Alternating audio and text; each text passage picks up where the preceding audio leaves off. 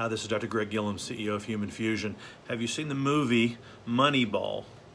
If you're not familiar with it, it's basically a movie about the 2002 Oakland Athletics, Major League Baseball team, who's in a very low market in terms of draw, attendance, things like that. They can't compete necessarily with the New York Yankees and the Los Angeles Dodgers. So trying to get an edge, they started using a science known as sabermetrics. They started using statistical analysis to figure out how to get players who really fit well within their vision of their club, fit well within the vision of their dimensions in their ballpark, and they actually did very well in a very low performing market.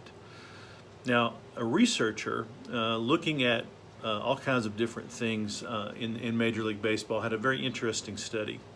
He showed that when people are traded within the same league, so they stay in the National League or they stay in the American League, their batting averages don't change drastically because the statistics of that player does not reset.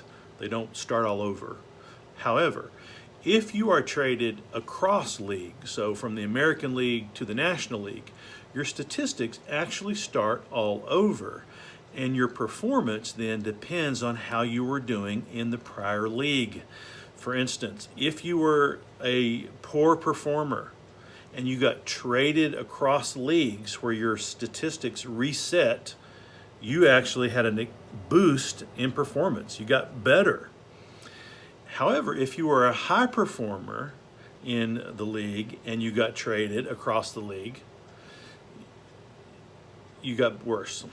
It's a very interesting finding.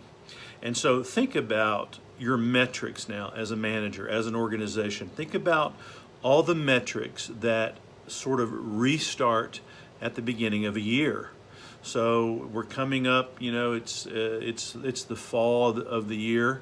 As I'm recording this video, we're coming up on performance reviews perhaps. We're coming up on new strategy sessions where we're setting new goals for the next year.